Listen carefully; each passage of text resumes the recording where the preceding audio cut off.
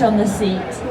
You can take your wetsuits off, or your walking boots, or whatever it is, and you have plenty of space to do it. You're not having to sort of navigate tight spaces whatsoever. Moving round to the rear, there is an extraordinary, and do feel free to come back in if you wish. Now, of course, this version has 7 seats. These third row seats are totally fine for grown-ups. You won't have to do any kind of manoeuvring to get yourself back into the back of the vehicle. You can do it with a huge amount of dignity and grace. But of course, as you can see here, those seats do fold forwards, and then you've just got absolutely cavernous amounts of room. Now, some of the people that really do enjoy this vehicle are people who are dog owners. It's one of the most practical EVs if you have larger dogs. And certainly, I'm on the campaign to get a golden retriever. This is the car that I would get in that instance. It's going to be your golden retriever car. See, I knew it. It's the perfect car for a golden retriever because you've got a happy car and a happy dog. What more could you possibly want in life?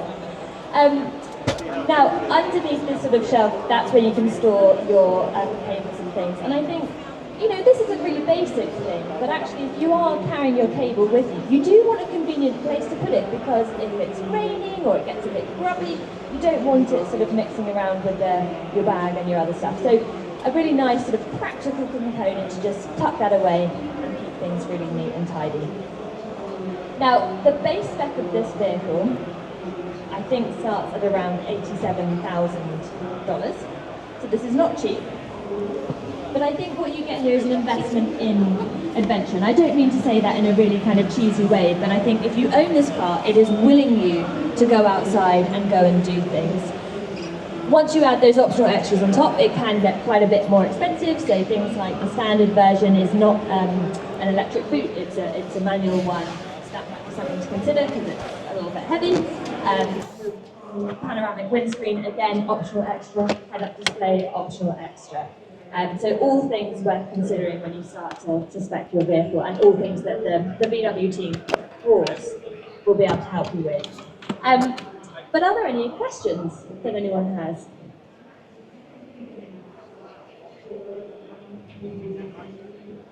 Ooh, good question. So has he got the proper range? So, the question for everyone. So my brother-in-law and sister, they've recently purchased one. They've got one on loan for a week, and then their one is arriving in March. They were driving it from Southampton to Cornwall, which is like a 3-hour drive, and it was like -5 degrees C. So the range was impacted in that instance, but not dramatically so. So I don't know what they got exactly, and all they did was stop in at a garden centre, charge up, have lunch. So I've not really answered the question, but they went in to buy it. I don't believe there is. I don't believe there is a heat pump, was the question, but I can also find that out. Any other questions?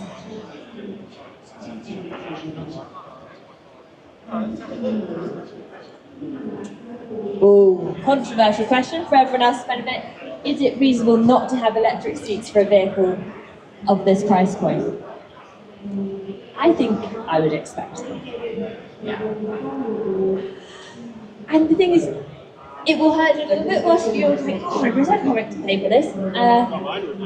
But yes, I would. Yeah. Any other thoughts, queries, questions, concerns? The Z-Connect. I thought someone would ask this. I'm going to get my notes.